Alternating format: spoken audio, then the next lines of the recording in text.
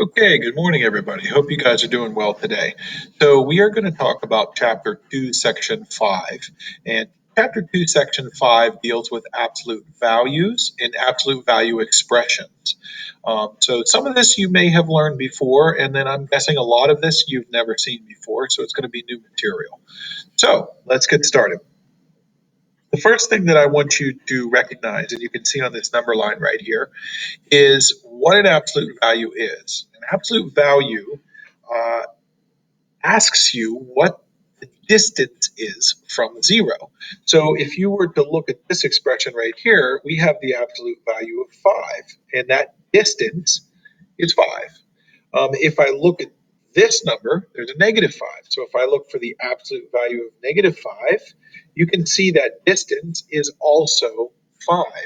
So both of these expressions are equal to one another because absolute values ask you what is the distance from 0. So that's going to be the first thing that we're going to write in this little bullet point right here, which is distance from 0. Another thing that absolute value does is it asks you how far. It asks you, as we showed up here, how far away from 0 is the number that you have. So in this instance, from 0 to 5, that's a distance of 5. But it's also a distance of 5 from 0 to negative 5. And it's important to note that it does not ask you for the direction, only how far. So this asks how far. The last thing to remember about absolute value is that absolute values can't be negative. So anytime you take an absolute value of a number, the answer that you will get will be positive, regardless of whether the number is already negative or if the number is positive. The answer will always be positive. So they can't be negative. In parentheses, put the negative sign right there so you can see it. All right, let's move on to actually evaluating. So what we're going to do today is evaluate absolute value expressions. So this is very similar to what you did before where you evaluated expressions. The only difference is that we're going to have absolute value bars in there. Now, one thing to also note, you can see the absolute values right here. Absolute values are a member of the parenthesis family. So when you are following PEMDAS and simplifying these expressions, if you have absolute values, you're going to work inside of them first because they're part of the parentheses. And as we know, PEMDAS starts with a P, which stands for parentheses. So you can see there's an M right here. And you can see over here that it says M should be negative 8. So I'm going to substitute that in for M. I'm going to put parentheses plus 6, absolute value, minus 14. And right inside that parentheses, I'm going to put negative 8. So you can see I replaced the M with a negative 8. And so now we're just following PEMDAS and we're simplifying the expression that we have. And PEMDAS says parentheses first, and parentheses include absolute values. So we're going to work on this part inside first. And that says negative 8 plus 6. Well, negative 8 plus 6 is negative 2. Now, we don't drop the absolute values yet. Even though there's just one single number in there, the absolute values have to do their job. And what their job is to turn negative numbers into positive numbers. So as you can see, there's a negative 2 inside the parentheses of the absolute values, and it's going to turn it into a positive 2. So the absolute values made the negative 2 positive 2. The last thing now to do is to simply do the subtraction. So 2 minus 14, and 2 minus 14 is negative 12. And so you might say, but wait, Mr. McCall, you said that the answer should be positive, always. And that is true. The answer is always positive when you do absolute value. So if you look back up, when we took the absolute value of negative 2, it became positive 2. And so it was positive. It it does not mean the final answer will always be positive. It could be positive or negative, depending on what you do to your answer after you take the absolute values. So please keep that in mind that you can end up with a negative answer, even though you have an absolute value expression. Looking at part B, we have 23 plus the absolute value of 3 minus 4x. And it does say that x should be 2. So I'm going to go ahead and rewrite my expression, 23 plus absolute value of 3 minus 4, and then right inside the parentheses. And notice I'm always writing parentheses before I substitute a value in. You should be doing that too in your work that you show me on your homework. You need to put parentheses around any number that you substitute in for a variable. And so now we're going to follow PEMDAS. So PEMDAS, P stands for parentheses. So we're going to look inside here. Now, inside those parentheses, there's actually still two different operations. There's subtraction and there's multiplication. So we have to follow PEMDAS all over again. Parentheses, we don't have that, exponents, and then we have multiplication or division. So that's telling us that we need to do this multiplication first inside the set of parentheses, or in this case, absolute values we have. So you can see the 23 gets rewritten. The absolute value followed by the 3 and the minus is still all there. We're multiplying 4 times 2, which is 8. Now we're going to re-PEMDAS all over again. So you can see it's 3 minus 8. That is inside the absolute values, which are part of the parenthesis family. So that's what we're going to do next. So the 23 is left alone. We need to do 3 minus 8, which is negative 5. Notice I have not dropped the absolute values yet. They're still there because they've not done their job. And remember what their job is. Their job is to turn negative numbers into positive numbers. So then we're going to have 23 plus 5. So it changed the negative 5 into a positive 5. And from there, we're just going to add, and our final answer is 28. All right. We're going to try a couple more.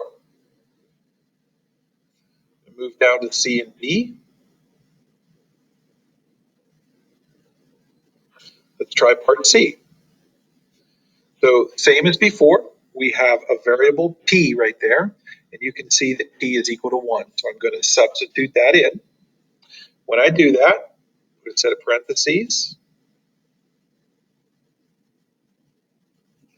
and then I'm going to substitute in 1 right there inside the parentheses. And so following PEMDAS, P stands for parentheses. We're going to look inside the absolute values. And you can see that we have 1 minus 7. So we need to do that 1 minus 7 first. So I have 1 minus 7, which is negative 6. And then we have left absolute values or addition. We need to do the absolute values first. So that becomes positive 6 plus 15, which then we can add together and get 21. And there's your final answer, 21.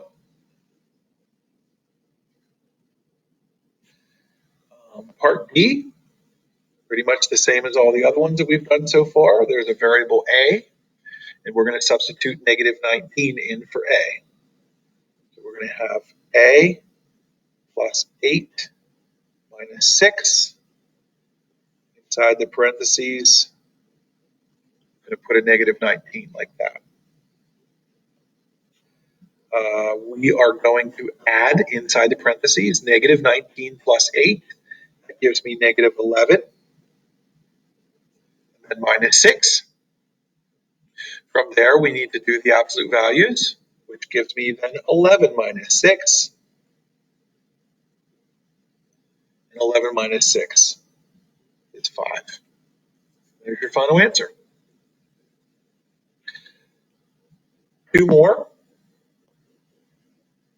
You can take a look at this one. Pretty much the same as all the other ones. There's a t right there. We're going to put in negative 3 for t.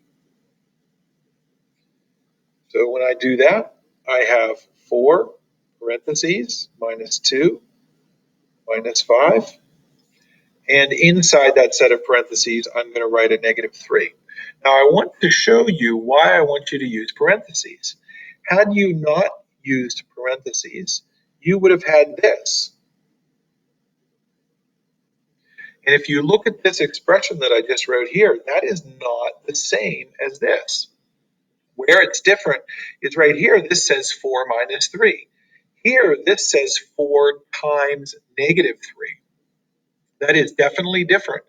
And if you didn't use parentheses, you would think that it's 4 minus 3, but it's not. You are supposed to multiply. If you look back in the original expression right here, you can see that that 4 is multiplying what you put in for t. So it is important that anytime you substitute in for a variable, that you use parentheses. All right, so from there we're going to multiply inside. We do need to work inside the absolute values first, and we have multiplication or subtraction. We do multiplication first following PEMDAS. So you're going to have 4 times negative 3, which is negative 12 minus 2.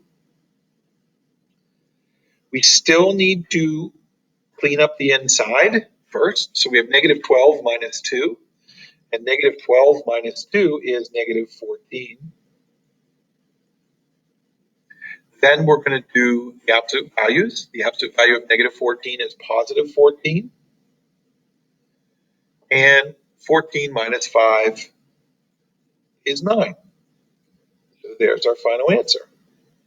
So that one was a little bit more work because there were more steps to simplify. Okay, so the last one we're going to talk about is this one. And this one's a little trickier because there are multiple different variables. You can see I have a y right here.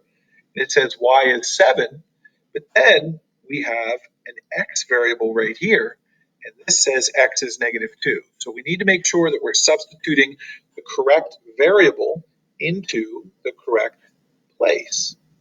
So as I write this out, what you see me doing is writing parentheses where the variables were.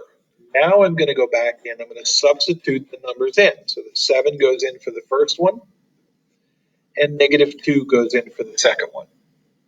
Okay, so you got to make sure you don't get them mixed up. You put them in the correct order. So looking inside the parentheses, we have addition right here, and we have multiplication right there. We are going to multiply first because PEMDAS says that multiplication comes before addition. So we're going to write 7, and then we have 5 times negative 2, which is negative 10, minus 4. So we still are working inside the parentheses, or not really parentheses, the absolute values, which are part of the parenthesis family.